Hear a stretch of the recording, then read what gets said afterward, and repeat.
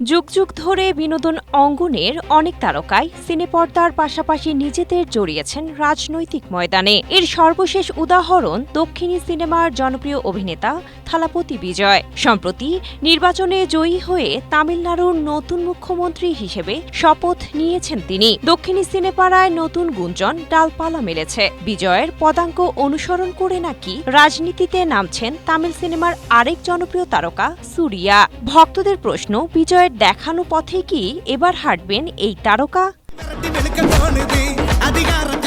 সব জল্পনার সূত্রপাত হয় মূলত সুরিয়ার ফ্যান ক্লাবের প্রশাসনিক সদস্যদের একটি বৈঠক থেকে। সেখানেই এক অনুরাগী মন্তব্য করেন, সময় ও ঈশ্বর চাইলে কাউকে জননেতা হওয়া থেকে কেউ আটকাতে পারবে না। মন্তব্যটি ছড়িয়ে পড়তেই অনেকে ধরে নেন তামিল সিনেমার সর্বোচ্চ পারিশ্রমিকপ্রাপ্ত অভিনেতা সুরিয়া হয়তো শীঘ্রই রাজনীতির ময়দানে পা রাখছেন।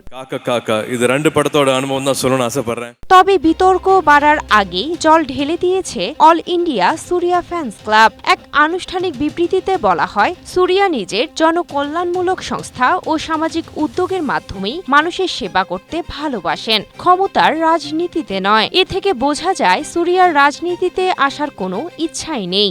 Lokesh, I would say. I didn't have to really go back into. অভিনেতা বিজয় 2008 সাল থেকে ফ্যান ক্লাবের মাধ্যমে নানা সামাজিক কাজ করে অবশেষে নিজের রাজনৈতিক দল গঠন করেন এবং আজ তিনি সফল। তবে ভক্তদের হতাশ করে সুরিয়া আপাতত অভিনয়েই মনোনিবেশ করেছেন নিজেকে। ফলে প্রিয় তারকাকে এখনই রাজপথে দেখার কোনো সম্ভাবনা নেই। পর্দাতেই তার ম্যাজিক উপভোগ করতে হবে ভক্তদের।